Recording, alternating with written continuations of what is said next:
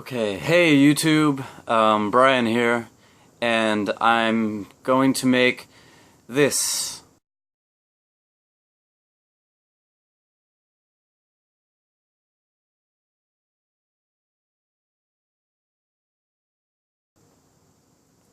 Yes, this is a special Q&A video for a new, recent, I don't know if he's a subscriber, but a recent viewer of mine called Alias 1983, and recently he's been dropping me a lot of comments on my videos and sending me some links to his videos, and I have been commenting on his videos, and we've been having discussion, and he's also asked me some direct questions, and so I just want to answer him on those.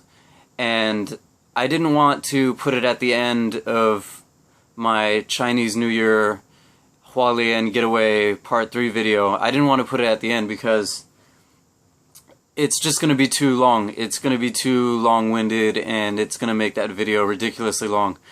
So I'm going to make a whole separate video just to answer you and just to have a discussion with you, Alias 1983. And I'm going to put it into two parts. The first part, I'm going to answer your question about citizenship, and in the second part, we're going to talk about the comment that you made concerning Taiwan and China and politics. Alright, so the first thing, let me read to you guys about the citizenship, and I'll read to you guys directly and quote him directly because I want to be accurate. So he said, I would like to know more about citizenship and retiring there. I'm more curious about what I could do job-wise if I am a Taiwanese citizen. As a citizen, would I be able to work any odd job? Would I face discrimination despite me now being Taiwanese? And that's it. Okay, so Alias 1983, let me answer your question here. First things first, can you be a citizen in Taiwan? Can you become a naturalized citizen in Taiwan? Yes, you can. Taiwan, unlike China, allows people to become naturalized citizens. But for you and for me and for other Western foreigners, this is going to be very, very unlikely. And let me explain why, okay? In Taiwan, it is very easy for a Taiwanese person who is born Taiwanese and who starts with this. This is a Taiwanese passport. This is my son's. It's very easy to start with this and then get this. This is my son's American passport. It's very easy to start here and go to this and then to be a dual citizen. It's not easy to start as a Western foreigner with this and then go to this and be a dual citizen. Why? Because when a Taiwanese person becomes a citizen of another nation, they can keep their Taiwanese citizenship. They don't have to renounce that, right? And my son is a dual citizen, so there you go. That's like the evidence right there, right? At least that way, at least for many countries. Taiwan, on the other hand, Taiwan will not let you, if you begin as a foreigner and you want to become a Taiwanese citizen, they will not let you keep your old citizenship.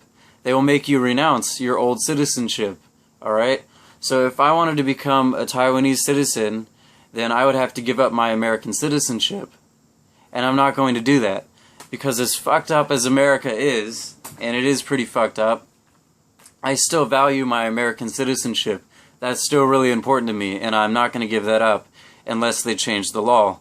And someday I hope they do, but as it stands, they don't allow that. They don't allow people from the West or from any other country, if you wanted to become a Taiwanese citizen, to hang on to their old citizenship. You're required to renounce, like I said.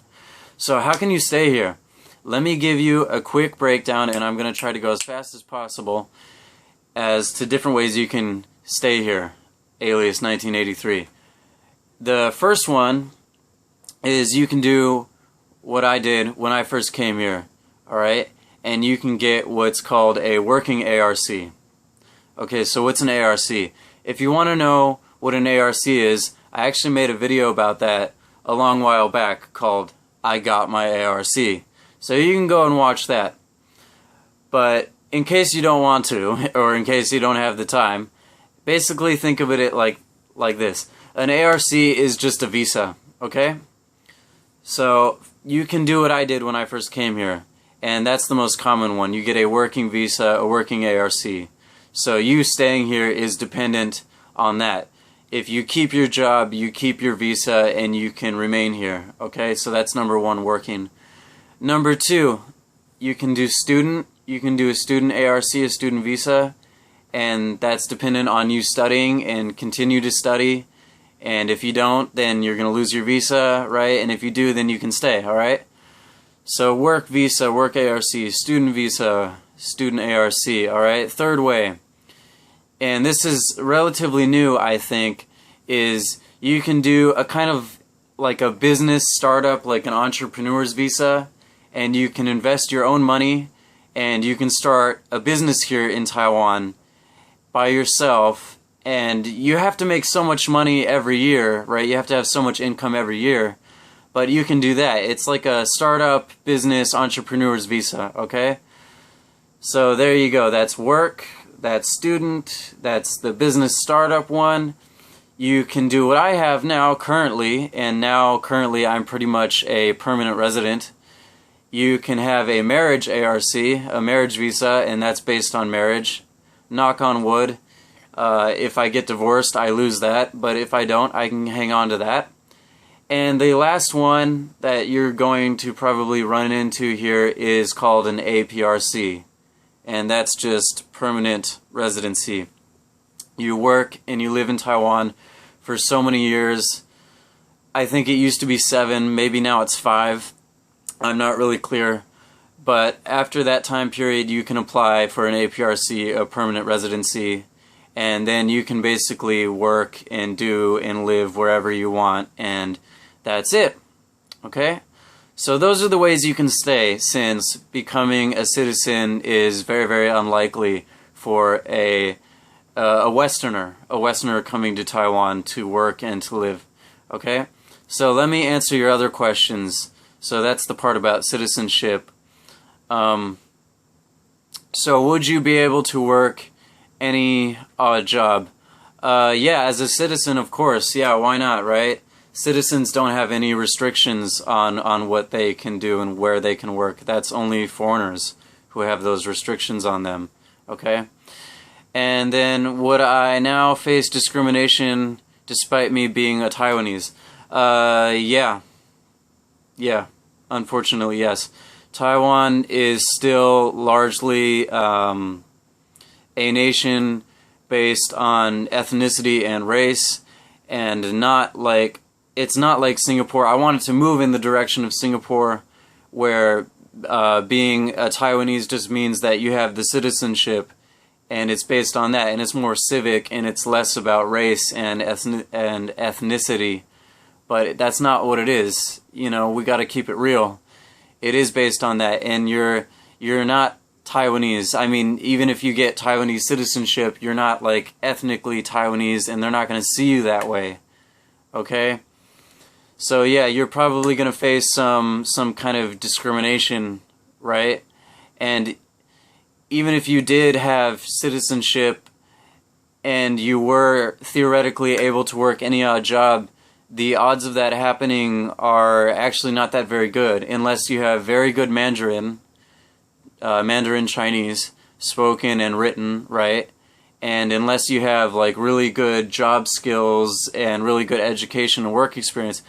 If you don't have that stuff, even if you're a Taiwanese citizen, as a foreigner, there are still these barriers to you being able to work and to you being able to succeed, unfortunately. Okay, so that's the end of part 1, Alias 1983, and anybody else who's viewing this video because they're interested in the topic. Now let me move on to part 2 of this Q&A video, which is about the politics. Okay.